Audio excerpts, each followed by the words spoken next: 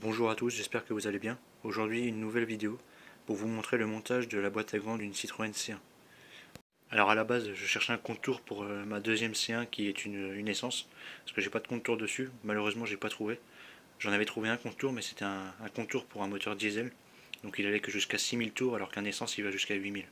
Mais bon, en échange, j'ai trouvé une porte de boîte à gants. Donc j'ai été dans une casse. Alors je l'ai démonté sur une 107. Normalement 107 C1 et Toyota Aygo, les pièces sont compatibles.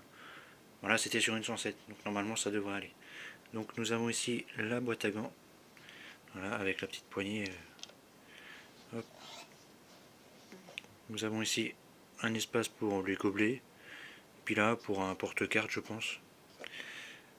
Alors elle était fixée grâce à deux vis, une ici et une ici. Donc ce sont des vis comme ceci.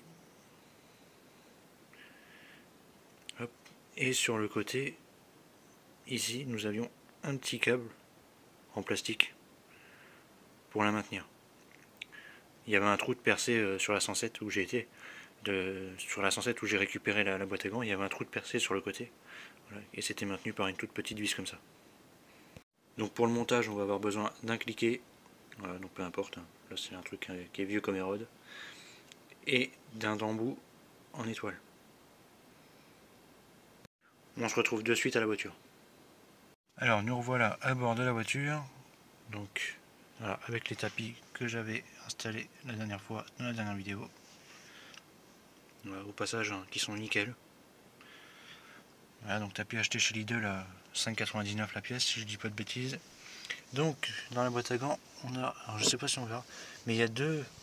Là, ici, il y a première vis. Un petit peu plus loin, ici, la deuxième vis. Et par contre, moi, j'ai pas le trou pour mettre le câble. Donc il va falloir que je vois comment faire. Peut-être percer un petit trou ici.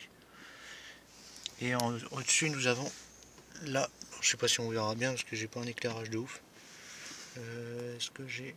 Là en haut, vous voyez, vous avez le loquet pour pouvoir fermer la boîte à gants. Normalement, ça devrait venir se mettre là-dedans.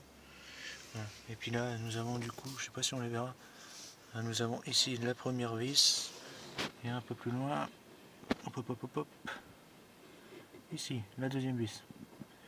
Voilà, donc je monte ça et puis je vous retrouve après parce que je pourrais pas tenir le téléphone et puis filmer et monter en même temps. Ça va être compliqué.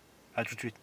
Et voilà, ça y est, c'est installé. Alors par contre, moi le câble, le petit câble en plastique qu'il y avait sur la 107 où je l'ai démonté, ben moi j'ai pas le trou, donc ben, je vais pas le mettre. Je pense pas que ça... Voilà, tant qu'on n'appuie pas trop sur la boîte à gants, ça devrait aller. Donc je vais le garder quand même au cas où, je vais le mettre de côté. Et puis moi j'ai pas le trou, donc j'en sais rien. Est-ce que c'est un truc qui avait été fait, qu'il faut refaire en plus ou pas? Je sais pas du tout. Mais voilà, l'installation c'est super facile, il y a juste à bien glisser dans le rail le petit truc en plastique, mettre les deux vis, et puis voilà. Après ça s'adapte tout seul. Là, ça ferme bien. Voilà, il y a juste un petit écart ici là, mais bon je pense que c'est normal. Après c'est pas gênant du tout. Ça s'ouvre bien, ça se ferme bien, c'est essentiel. Voilà. Bon bah un petit truc tout simple mais qui fait la différence quand même. Et voilà, c'est la fin de cette vidéo. J'espère que ça vous a plu, et puis bah à la prochaine pour une nouvelle vidéo. Allez, ciao.